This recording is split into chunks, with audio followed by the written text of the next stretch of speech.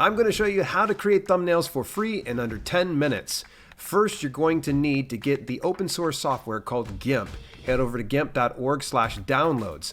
Next, set yourself up a free account through Pixabay to get essentially Creative Commons images that you can use on just about everything. That's at pixabay.com. Last but not least, this is optional. This is how we can remove backgrounds. You can do that through Remove BG. We're going to send you on over to our affiliate link, but you don't have to buy anything over at livestreamingtech.com/remove. Heads up, we are going to move fast. So every now and then you're going to probably have to pause and go back, but I'm going to try to move as slow as I can so that way you can keep up. Let's do it. All right, let's start it out by opening up GIMP. Let's start out a new project by pressing the Control and letter N for new. Let's dial it in to the right size, 1280 by 720. I'm going to hit OK. All right, the very next thing is I'm going to go ahead and just do a background of some sort, something I think is going to pop. So we're going to go over to Pixabay for this specific one. So I'm going to put in, I don't know, color splash background. These aren't bad. Just going to take a look through some of these. Kind of like this one. So we're going to hit the free download. And it's almost always a good idea just to get the larger size because it's easier to shrink it down than to make it larger. All right, let's go back over to our file. And then we're going to go ahead and drag and drop the image right onto the surface. Let's scroll out by pressing the control wheel and scrolling outward. We'll be able to see something here. There we go. And then press the Shift S so we can change the size of this. And we can just click and drag the size that we wish to have. Or we can even change it right about here. We'll hit 720 for height. So that way it matches the canvas size. Now the problem is it's not in the right position. So we're going to press the letter Q for getting it centered just right. And I just clicked on this. We're going to go over to Tool Options. We're going to hit Center, and then we're going to center. You notice how that was pretty neat. Press Control and scroll right on in. So now we've got our background. I'm going to go ahead and I want to add a picture of myself onto here. So let's go over to the other site, remove.bg. I've got the link in the description down below. And we're going to drag and drop my picture right into here. And then it's going to render it. So you see I already did it before. All right, so you can download it in HD, and they typically will allow you 1 full credit when you use our link. But in the event that you don't use our link, you can always just get the smaller image, which the smaller image is going to be sufficient. We're going to hit Save, and now we're going to do the same thing. We're just going to drag and drop that onto our canvas. All right, I'm going to press the letter M to move. See how I move that around? Or I can even get the move tool over here, but this makes things easy. We're going to press Shift S to make this larger. And if we wanted to make it smaller, that's fine, but we're going to go large. I like that. And if you move right here, you see that I click the middle? We can move it right into place. Pretty neat, right? And I'm going to hit Scale. Now let's say, for instance, I want to tilt myself a little bit. I don't look quite right. We're going to go hit Shift R to rotate just a little bit. And again, you notice, I'm a little bit out of frame. We're going to hit M to move again. So we're going to move that right there. Great. All right, let's say that my image, I'm just not entirely happy with it. I'm going to go into Colors.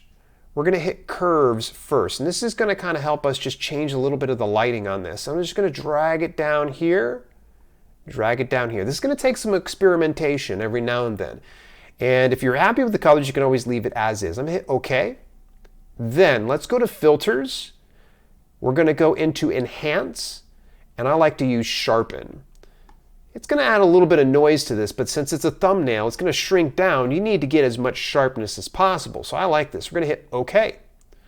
Awesome, fantastic. Okay, so now the next thing is, what are we building out for here? Let's say, for instance, I'm wanting to do a thumbnail with some type of a text. Let's say that it is for this one, this video. Thumbnails. All right, now I've typed that out by pressing the letter A. I dropped it in here. I'm going to go over into Tool Options. We're going to hit Dynamic, so that way it shrinks down to the text. I'm going to double click on the text, and then we're just going to make that text larger. You see that?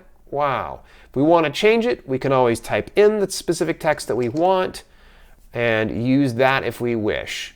But I'm going to hit Undo because I like to have Bebas New, and you can always switch your defaults over on the right-hand side. All right, I'm going to highlight all of these and I'm going to switch it to white because we're going to play around with those colors in just a little bit.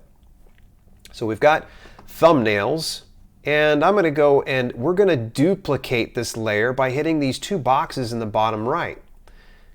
There we go. So now we've got two of these layers. I'm going to go over here, grab the move tool, and we're going to move this other one down a little bit. And I'm going to change the letters in 5 minutes. Kind of like that. I'm going to go ahead and leave that as is. And you know what? Let's go back over to Pixabay and let's get a clock image of some sort. So why don't we go and say clock. Great. So we see all these different types of clocks. This looks all right. It's got a PNG background. Let's go ahead and download it, largest size possible. We can use vector, but I'm going to just stick with the PNG for right now. All right, we're going to drag and drop that over onto the surface. All right, you can see it's large. We're going to press Shift S to resize it. We're going to move it over into place and then hit scale. Okay, so now you can see that, oh, it's not in the right spot, but that's okay. What we're going to do is select the layer on the right-hand side and then just move it down. Not bad, right? And I'm going to make it just a little bit bigger. There we go. We're going to hit bigger. All right, you're probably saying, but Dale, that's not readable. That's okay. We're going to fix that in just a second here. So we're going to take these two layers. We're going to build a folder. I just click that folder button. We're going to drop these elements into them. Drag and drop it in there. Right-click on it, alpha to selection. We're going to go ahead and grow underneath select. And let's do it by 4 pixels. We're just going to play it by ear on this one, just having a little bit of fun. We're going to hit transparent layer down here and hit OK. This transparent layer needs to go to the bottom. Now I'm going to press Control, comma to fill it with foreground color. If you want to change the foreground color, you can do it here and then do that way. Again, Control, comma. But I kind of like it with the black. We're just going to leave it as is. All right, we're going to deselect this by pressing Control, Shift, and the letter A. Not too bad. I'm going to duplicate this layer again. All right, now let's select the layer in the bottom, go to Filters, go to Blur, Gaussian Blur. And let's just kick it up just enough to put a shadow behind it. 15 will be perfect. Let's make it pop just a little bit more by duplicating the layer. We're going to merge that layer down. Let's duplicate it again and merge it on down. All right, so we're looking pretty good so far. I'm going to right-click on my head, hit alpha to selection, and let's see about doing a little bit of a shadow behind me as well. But we don't want to do it over my face, so let's do a transparent layer, hit OK, and then Control, comma, for the foreground color. Control, Shift, and A will deselect. Let's go into Filters. You remember we used Gaussian Blur? Let's repeat the Gaussian Blur. We can duplicate it, merge it down, duplicate it, merge it down. And then let's go ahead and put the finishing touches on it. We're going to put a little bit of a frame here. I'm going to select the rectangle tool or press the letter R and then click and then drag where I would like to have it. Not too bad. Right click. And now what we're going to do is we're going to go down to Edit. And we're going to fill with the stroke selection. We're going to make that stroke selection 12 pixels. That should be good. We're going to hit stroke. Not bad. I'm not happy with the white. Let's go into colors and we're going to invert that color. Oh, look at that. Much, much, much better.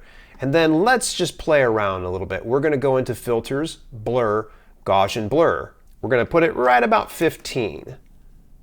Great. Okay, it's not perfect, but it does have something that we need. So we're going to hit Control, Shift E if we're happy with it. We're going to title it our thumbnail. Save it to where you wish to have it. I'm going to put it in my downloads folder. We hit Export. I usually save mine to PNG, so we're going to keep it a PNG. We're going to hit Export.